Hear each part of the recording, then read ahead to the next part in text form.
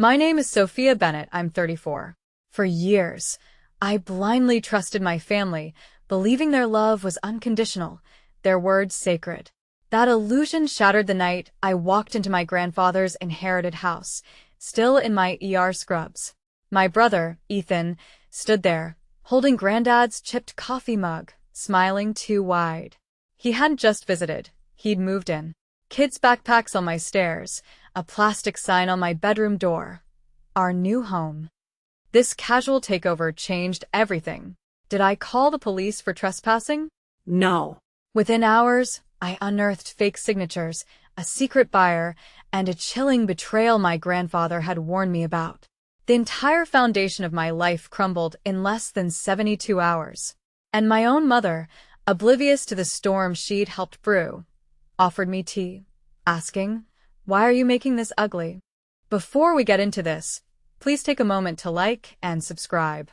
But only if this story truly resonates with you. And drop your location and local time in the comments. I want to know where you are right now. My name is Sophia Bennett. I'm 34 years old, and I work 12-hour night shifts as an emergency room nurse in Charleston, South Carolina. I'm used to blood, screaming, broken bones, and people begging for one more chance. But nothing prepared me for the night I walked into the house my grandfather left me and found another family's couch in the living room, children's backpacks on the stairs, and a bright plastic sign on the bedroom door that said, "Our new home." I stood there in my scrubs, still smelling like disinfectant and hospital coffee, staring at strangers' furniture shoved against my grandfather's old bookshelves. Then a little boy ran past me and shouted, "Mom, the lady is here." The lady, not the owner, not Aunt Sophia. The lady. A second later, my own brother stepped out of the kitchen holding my grandfather's mug like he had earned the right to touch it. He didn't look ashamed. He smiled. He actually smiled and said, "You weren't using the place, Soph. We fixed that." That was the moment I realized this wasn't a misunderstanding. This was a takeover. But when I called the police, I thought I was simply forcing my brother out of my house. I didn't know I was about to uncover fake signatures, a secret buyer, and a family betrayal my grandfather had warned me about before he died. Before I tell you what he said and what happened after I walked out, tell me, what time is it for you right now? And where are you watching from? I'm curious to see how far this story will travel. The house sat at the end of a quiet road outside Charleston, not far from the marsh, where the air always smelled like salt, mud, and old rain. It wasn't a mansion. It was a 2-story brick home with a sagging porch, green shutters, and a detached garage my grandfather had used as a workshop. To anyone else, it looked like an aging southern house that needed new wiring and a stronger roof. To me, it was the only place in my childhood where adults kept their promises. My grandfather, Walter Bennett, had raised me more than my own mother did. He taught me how to check tire pressure, how to hold a fishing rod, how to keep quiet when someone was lying, and how to walk away from people who used love as a leash. 2 weeks before he died, he gripped my wrist from his hospital bed and whispered, "Sophia, don't let them turn blood into a bill." I didn't understand it then. I thought he meant medical debt, funeral costs, practical things families fight about when grief makes everyone ugly. But after the will was read, I understood the first piece. He left me the house outright, not to be shared, not to be negotiated, not to be divided between siblings. To me, my brother had received money from a life insurance policy, some tools from the workshop, and our grandfather's truck, which he immediately sold. My mother said the will felt harsh. My brother said nothing at the attorney's office, but his silence had weight. He sat across from me, tapping his thumb against his knee, staring at the deed like it was an insult written in legal language. A week later, during dinner at my mother's apartment, the pressure began. "A single woman does not need a whole house," my mother said gently, as if kindness made the sentence less poisonous. My brother leaned back in his chair and added, "My kids need stability. You have your apartment near the hospital. You barely have time to sleep, let alone take care of a property." His wife folded her hands and said, "We're not trying to take anything. We're trying to keep the house in the family." That phrase landed strangely because the house was already in the family. It was in my name. I told them I wasn't discussing it. My brother's face hardened for half a second before he smiled again. You always were dramatic, he said. Granddad spoiled you, and now everybody else has to suffer for it. I left that dinner with my stomach tight, and my grandfather's warning echoing in my head.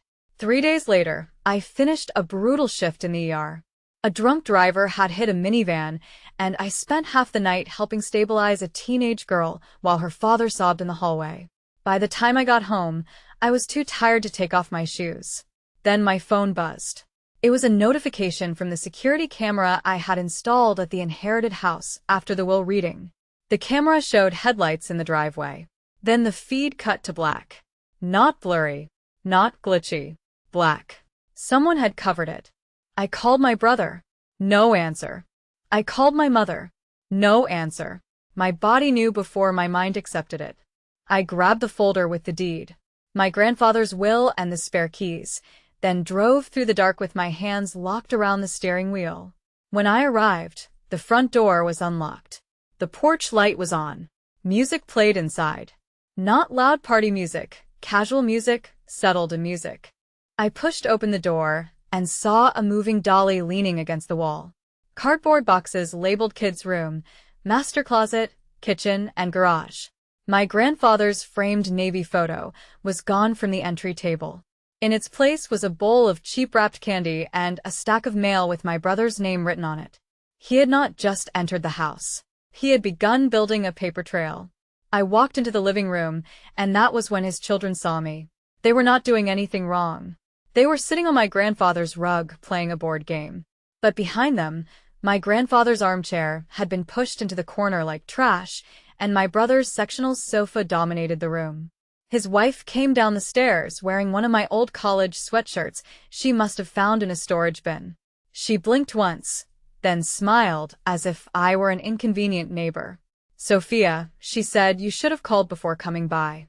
Before coming by to my own house. I asked where my brother was, but I already heard him in the kitchen opening cabinets. He stepped out holding that old blue mug, the one with a crack near the handle. My grandfather drank coffee from it every morning for 20 years. My brother raised it slightly, like a toast. We need to talk, he said. No, Ian suara. You need to leave. His wife's smile disappeared. The children went quiet. My brother set the mug down slowly. Don't do this in front of them. I almost laughed because that was the first shield he chose. His children. Not law, not truth, not permission. Children. Then don't teach them. Breaking and entering is how adults solve problems, I said. His eyes flashed. We used the spare key from Mom. Nobody broke anything. That was my first shock. My mother had given him a key. Not by accident, not under confusion. She had chosen a side before I even knew there was a war. I called her right there. She answered on the 5th ring, voice soft and rehearsed. Sophia, please don't make this ugly. You gave him a key? I asked. He needed help. He needed permission. He's your brother, and I'm the owner. Silence. Then she sighed. The same tired sigh she used whenever she wanted me to feel cruel. Your grandfather never should have put this burden on you. I looked around at the boxes, the moved furniture, the stolen mug, the children watching me with frightened faces because the adults had lied to them. No, I said. He put the house in my name because he knew exactly what would happen. My brother walked closer and lowered his voice. Careful, Sophia. Once you call people thieves, you can't take it back. I held up my phone. Then leave before I call the police and use the correct word. He smiled again, but this time the smile was thinner. Go ahead. Let's see you explain to 2 kids why their aunt threw them into the street. It was the kind of sentence designed to make a woman swallow her rights to avoid looking heartless. And for 1 second it almost worked. Then I saw the white envelope taped to the refrigerator. It was a printed school registration form, address listed, my grandfather's house, movie and date. That day, my brother hadn't panicked. He had planned. So I dialed 911. Part 3. The police came, but the real crime was still hidden. When the dispatcher asked what my emergency was, my voice sounded calmer than I felt. I told her unauthorized people had entered my property, moved their belongings inside, and were refusing to leave. My brother laughed like I had lost my mind. His wife pulled the children close and whispered loudly, "It's okay, babies. Nobody is taking you away." It was theater, and every person in that house had a role except me. My mother arrived before the police did, which told me she had been waiting nearby. She stepped through the door wearing her church cardigan, face full of rehearsed disappointment. "Sophia," she said, "put the phone away before you ruin your family." My family was fine before my inheritance became everyone's plan. I said. My brother snapped, "You don't need this house. You're alone. We have kids. Any decent person would compromise." I looked at my mother. "Did you give him the key?" She looked away. That silence said more than any confession. Growing up, my brother was always the emergency. His debts became family problems. His mistakes became lessons I was supposed to forgive. My grandfather was the only one who saw it clearly. He once told me, "Your mother loves peace more than justice, and peace without justice is just surrender wearing perfume." Police lights flashed across the windows. I opened the door and handed the officers the deed, the will, my ID, and the camera notification showing the feed had been covered. My brother tried to talk over me. "This is a family dispute. Our mother gave us permission." The officer looked at my mother. "Ma'am, is your name on the deed?" "No," she said softly. "But I'm her mother." "That does not grant property rights," he replied. My brother's face tightened. The officers made him remove his family and essential belongings, warning him that returning without my consent could lead to trespassing charges. Before he left, he leaned close and whispered, "You're going to regret embarrassing me." After they drove away, I stood in the wrecked living room. My grandfather's Navy photo had been shoved into a box labeled garage. His books were stacked beside a trash bag. My grandmother's quilt was buried under children's clothes. That was when shock turned into something colder. I called Caroline Hayes, my closest friend and a real estate attorney. She listened, then said, "Change the locks tonight, photograph everything, and tomorrow morning check the county records." Why? Because people who move in like that usually aren't only trying to live there, they're trying to establish control. I opened my laptop at my grandfather's kitchen table and searched the county property portal. The deed transfer to me was recorded correctly. But beneath it, I found a pending filing tied to the property. My name was on it. My signature was at the bottom, but I had never signed it. The document claimed I was transferring partial ownership to my brother for family estate equalization. I zoomed in on the signature. It looked close, but one detail was wrong. My legal signature always included my middle initial, Sophia M. Bennett. The fake one did not. My brother had not just broken into my inherited house. He had tried to turn the law into a crowbar. By sunrise, I had not slept. A locksmith changed every lock while I photographed each room, every box, every moved item, every scratch on the walls. Then Caroline arrived with coffee, a scanner, and the look of a woman preparing to destroy someone legally. She reviewed the fake transfer, the police report number, the security camera alert, and my photos. "Sophia," she said, "this is not family drama. This is attempted property fraud." The word made my stomach drop. Fraud, not need, not misunderstanding. Fraud. Caroline pointed to the notary's stamp and witness line. The notary may be copied. The witness is probably connected to him. And if he moved in to establish residency, that supports intent. Then my mother called. Caroline motioned for me to put her on speaker. "You changed the locks?" My mother said. Yes. Your brother called me crying. Did he cry when he forged my signature? Silence. Caroline wrote on a legal pad. Keep her talking. My mother finally said, "Your grandfather made a mistake. He was old. He punished your brother for things that happened years ago." "What things?" I asked. Piece by piece, she told me the truth. My brother had borrowed nearly $60,000 from our grandfather over 5 years. Business ideas, credit cards, a truck loan, school deposits he couldn't afford. Each time he promised to pay it back, each time he didn't. My grandfather documented everything. He humiliated him. My mother said, "He held him accountable." I replied. Her voice cracked. "You don't have children. You don't know what it feels like to watch your son drown. And you don't know what it feels like to be used as the life raft every time." Then I asked the question that mattered. Did you give him the key knowing he planned to move in? She cried harder. I thought once you saw the children there, your heart would soften. There it was. His children had not just been present. They had been placed there like emotional hostages. Caroline slid another note toward me. Ask about sale. Was he planning to sell the house? I asked. My mother went silent. Mom, she whispered. There was a developer. He said nothing was final. My blood went cold. My grandfather's house sat near a growing luxury development. I had ignored investor letters for months, but my brother hadn't. He had seen money where I saw memory. How much? I asked. 1.2 million, she said. I almost laughed. So the fake transfer was for the sale. He said everyone would benefit. No, I said he would benefit first, then decide what scraps kept me quiet. After the call ended, Carolyn asked if my grandfather kept financial records. I remembered his workshop ledger. We found it in the bottom drawer under old fishing licenses. Inside were dates, amounts, promises, and debts in his careful handwriting. On the final page, circled twice, was one sentence. If Ethan tries to use Sophia's conscience against her, remind her that love without boundaries becomes theft.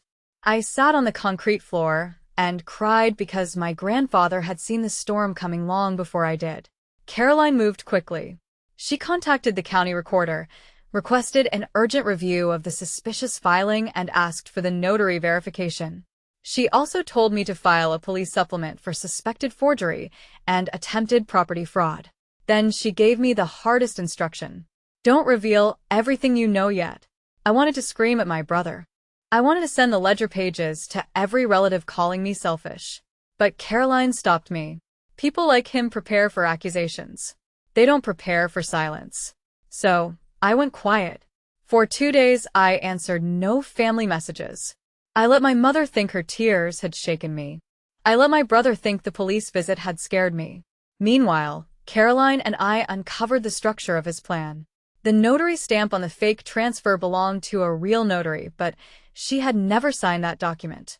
Her stamp had been copied from another transaction. The witness signature belonged to one of my brother's coworkers. Worse, my brother had created an LLC 3 weeks before the break-in called Bennett Family Holdings. Its mailing address was my grandfather's house. Then we found the buyer trail. A development representative had emailed my brother a draft letter of intent. The seller was listed as Bennett Family Holdings Authorized Representative Ethan Bennett. The proposed closing depended on clear title transfer and occupancy control. That explained everything. He moved in to create leverage. He wanted to pressure me into signing, make the sale look inevitable, and call me heartless if I resisted. So I built my own file. I gathered the deed, will, fake filing, LLC record, buyer email, police report, break-in photos, and pages from my grandfather's ledger.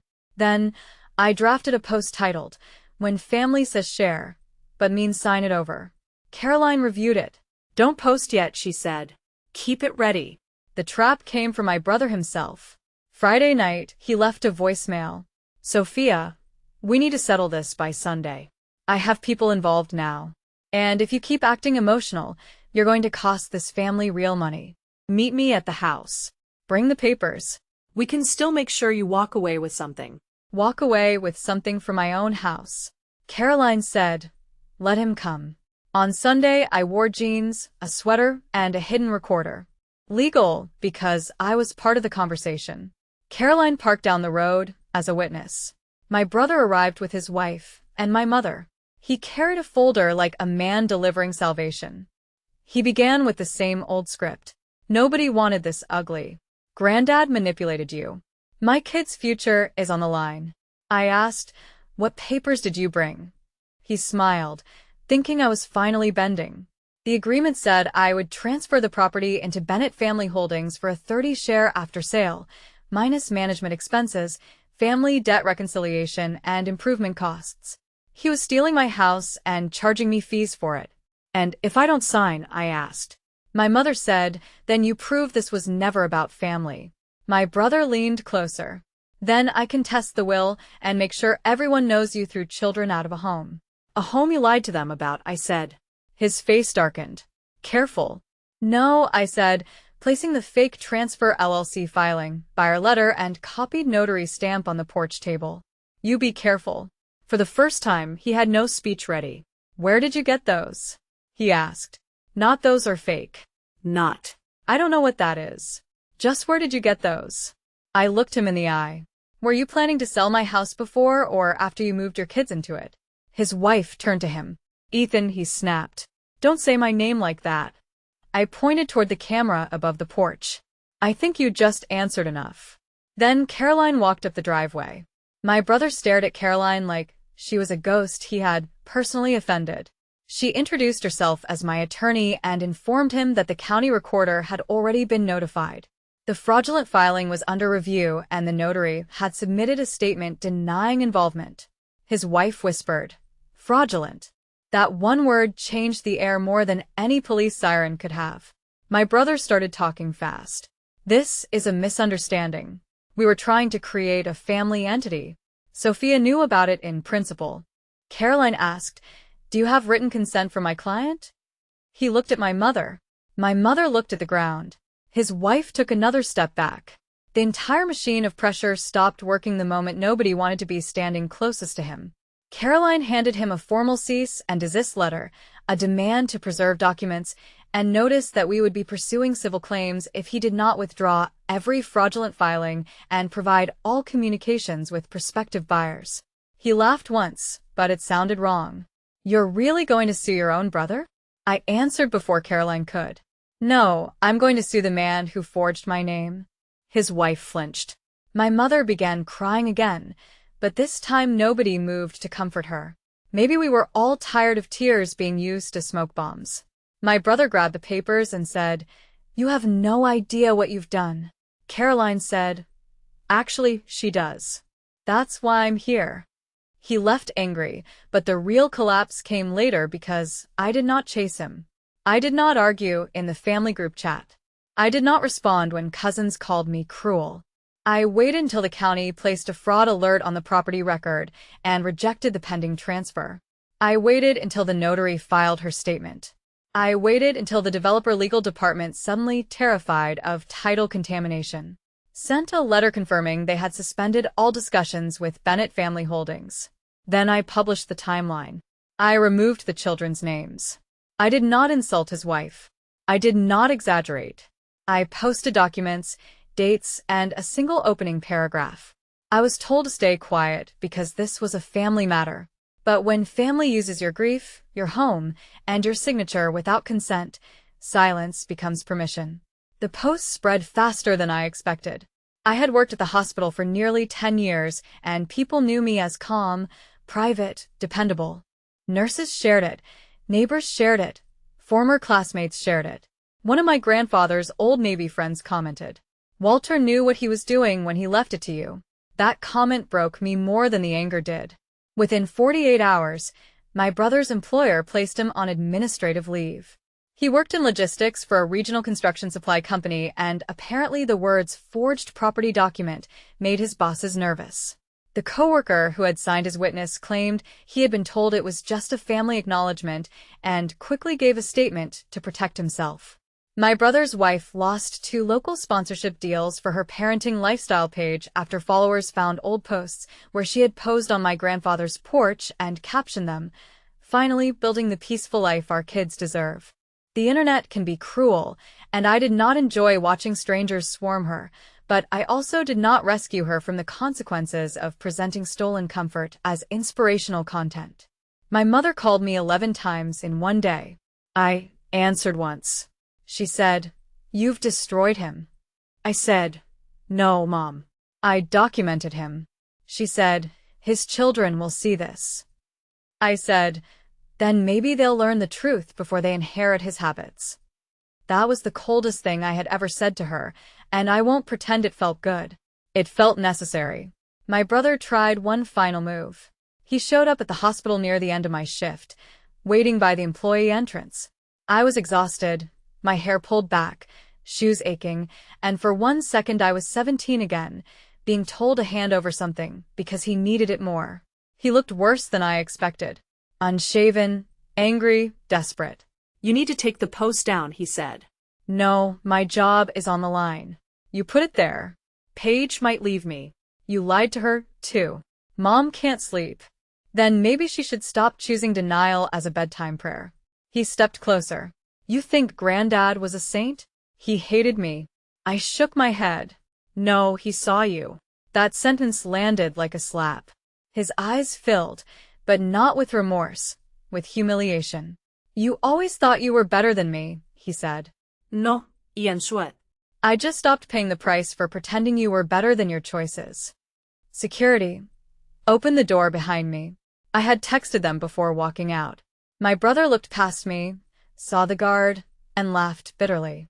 You called security on your brother? I said I called security on a man who threatened me after trying to steal my house. The guard asked if I wanted him removed. I said yes. My brother backed away, but before he left, he said, You'll be alone in that house. For the first time, that threat had no teeth. Alone is peaceful, I said. Being surrounded by people who think love means surrender is not. 3 weeks later, the civil case was filed. The police investigation into the forged document moved slower, as legal things often do, but it moved. My brother was fired after the company concluded he had misused internal contacts connected to the developer. His wife filed for separation, not because she suddenly loved me, but because she realized he had risked their finances, reputation, and possibly their custody stability without telling her the full truth. My mother's church friends stopped inviting her to planning committees after my posts circulated among them. That was not my goal, but reputation is just the public shadow of private behavior. My brother had wanted the house, the money, the sympathy, and the story. He lost all four. The first quiet morning after everything changed, I went back to the house alone. Not to clean, not to photograph damage, not to meet lawyers or police or locksmiths, just to sit. The living room still looked wounded. There were dents in the wall where my brother's furniture had scraped the paint. Dusty rectangles marked the places where my grandfather's photos had been removed.